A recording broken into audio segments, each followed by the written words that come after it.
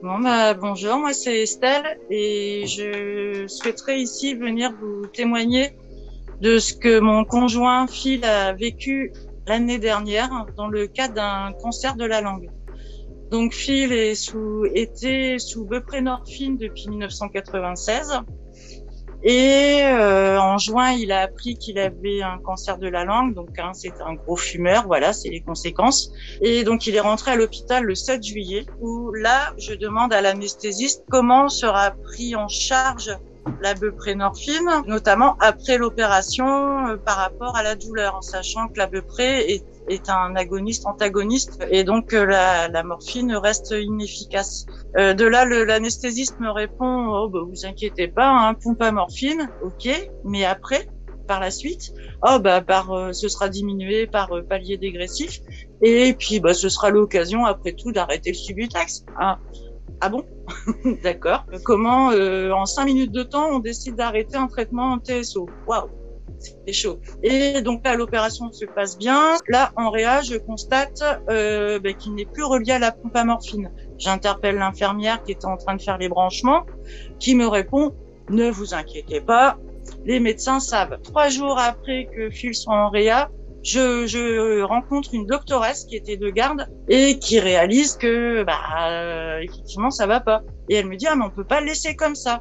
Donc elle était ok pour qu'il reprenne tout de suite sa buprenorphine. Comme il était sous bupré, il ne pouvait pas bénéficier d'antalgiques classiques qui sont prescrits normalement dans le cadre du cancer, tels que le Skénan. Jusqu'au jour où, en octobre, il y a un médecin addictologue du service à côté de la Mitrie qui est venu rencontrer Phil pour lui proposer de l'accueillir dans son service et de faire un switch Subu-Méta. Sauf qu'après, le séjour en pneumo à l'hôpital, il est reparti en convalescence respiratoire à la Mitrie, où là, le médecin qui est en charge de Phil décide unilatéralement, enfin a priori, de rebaisser la méta à 70. Donc j'appelle le médecin qui me dit: bah oui, il est arrivé comme ça 70. C'est pas vrai, j'ai le compte rendu de sortie de l'hôpital sous les yeux, il est à 90. Et qu'elle me dit: oui, en fait c'est suite à une réunion pluridisciplinaire où les médecins ont décidé que la méthadone, il valait mieux la baisser parce que monsieur, quand il dort, il désature. Et alors comment on fait pour la prise en charge des douleurs avec la radiothérapie? On est en plein dedans, donc avec des aftes et tout ça dans la bouche.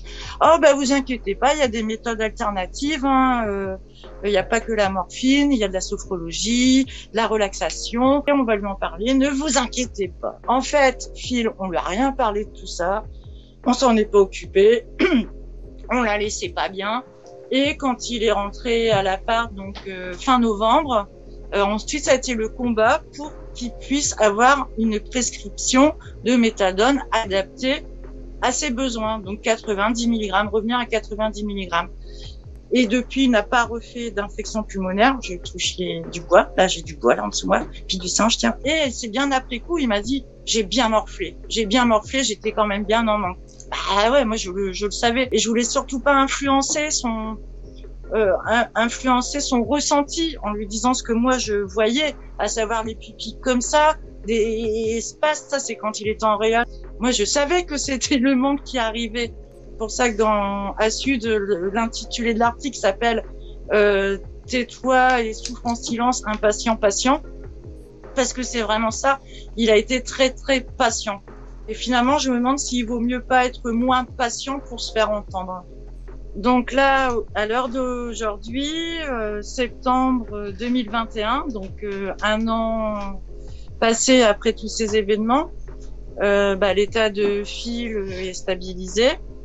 Pour autant, il va devoir se refaire opérer de la langue. Donc, il y a eu une consultation avec l'anesthésiste mardi, une anesthésiste que moi j'avais jamais rencontrée et à laquelle je me suis permise de faire état de tout ce que là je viens de raconter, et qui est tout à fait d'accord avec moi sur le fait que c'est inadmissible.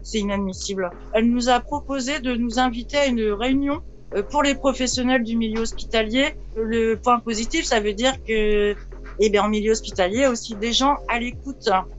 Mais pour ça, il faut aussi se donner le droit de parler, de poser des questions ce qui n'est pas forcément évident. Moi, je me suis rendu compte que même si je bosse en addicto, donc où je connais un certain jargon, je me suis pas forcément sentie écoutée parce que je ne suis pas médecin, parce que je ne suis pas infirmière, je suis simplement éducatrice. Alors, je sais qu'en cas de non-respect de ces droits qui sont le droit au consentement, le droit à accéder au traitement antidouleur, le droit à avoir son traitement TSO, il y a différentes possibilités qui sont dans un premier temps, déjà en parler avec son médecin prescripteur.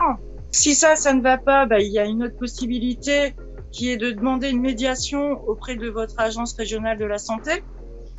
Et le dernier recours, ou parallèlement, c'est de solliciter un groupe d'entraide tel que l'ODUDA-Sud, l'Observatoire du droit des usagers, qui pourra vous accompagner dans une démarche pour faire valoir vos droits en tant que patient, que ce soit auprès de l'hôpital, mais aussi auprès des administrations, pour faire valoir vos droits de citoyen, comme tout à chacun.